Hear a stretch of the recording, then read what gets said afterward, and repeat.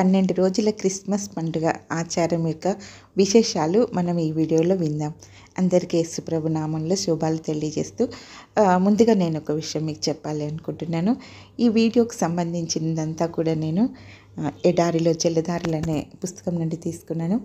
దాన్ని రచించిన వారు డాక్టర్ జోబ్ సుదర్శన్ గారు. మీకు అందరికీ పరిచయమే.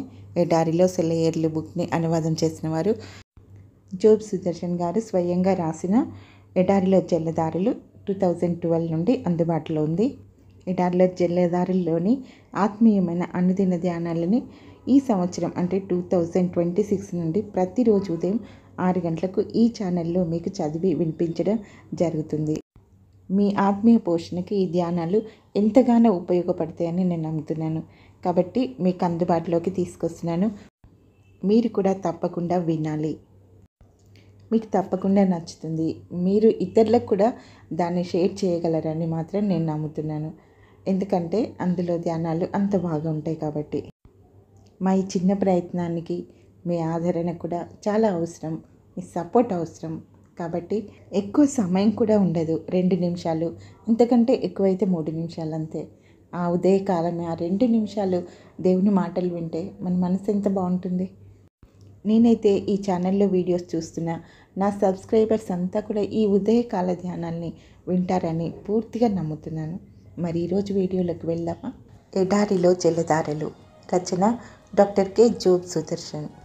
చెట్లు లేని మెట్టల్లో నదులు ప్రవహించెను, కొండలోయల్లో ఊటలు ఉబికెను, ఎండిన ఎడారి నేలల్లో జలధారలు పారెను.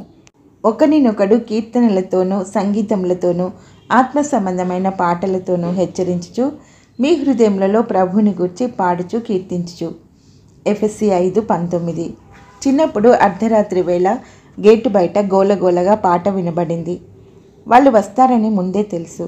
నిద్ర కళ్ళతో బయటికి వచ్చి కేరల్స్ పాడుతున్న వారిని చూస్తూ నిలబడేవాళ్ళం.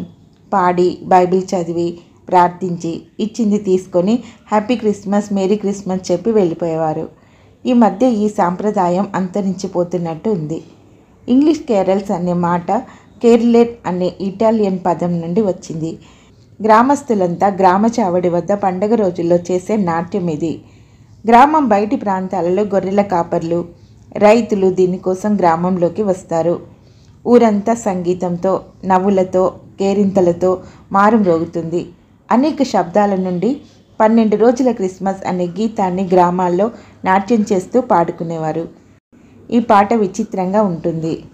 12 మంది డప్పు వాయించేవాళ్ళు, 11 మంది సన్నాయి ఊదేవాళ్ళు, 10 మంది జమీందార్ల గంతులు, 9 మంది అందగంతల నాట్యం, 8 మంది గొల్లభాములు పాలు పితుకుతున్నారు, 7 హంసలు ఈదుతున్నాయి, 6 బాతులు గుడ్లు పెడుతున్నాయి, 5 బంగారు ఉంగరాలు, 4 కూసే కోయిలలు, 3 కోళ్ళు, 2 గువ్వలు, చింత చెట్టుకు వేలాడే చిలకమ్మ. ఏంటిదంతా? చింత చెట్టుపై వేలాడే చిలుకమ్మ సిలువకు వేలాడే క్రీస్తు. రెండవది, 2 గువ్వలు బైబిల్లో 2 నిబంధనలు, 3 కోళ్ళు క్రైస్తవ జీవితంలోని 3 సద్గుణాలు, విశ్వాసము, నిరీక్షణ, ప్రేమ. 4 కూసే కోయిలలు, సువార్త వినిపిస్తున్న మత్తయి, మార్కు, లూకా, యోహాను సువార్తలు. 5 బంగారు ఉంగరాలు, బైబిలు మొదటి 5 పుస్తకాలు.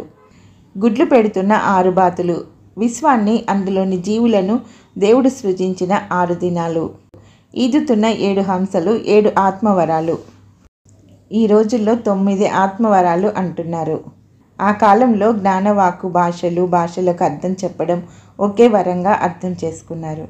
పాలు పితుకుతున్న 8 మంది యువతులు, క్రీస్తు నేర్పిన 8 ధన్యతలు.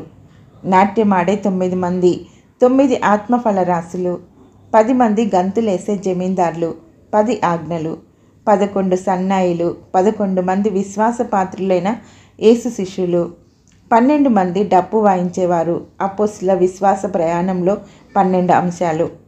జానపద గీతాల ద్వారా మంచి విషయాలు ఇలా గుర్తుంచుకునేవారు. వీటన్నిటికీ కేంద్ర బిందువైన యేసుక్రీస్తు జయంతి ఉత్సవం జరుపుకోవడంలో ఇంతకన్నా మంచి కేరళేముంది?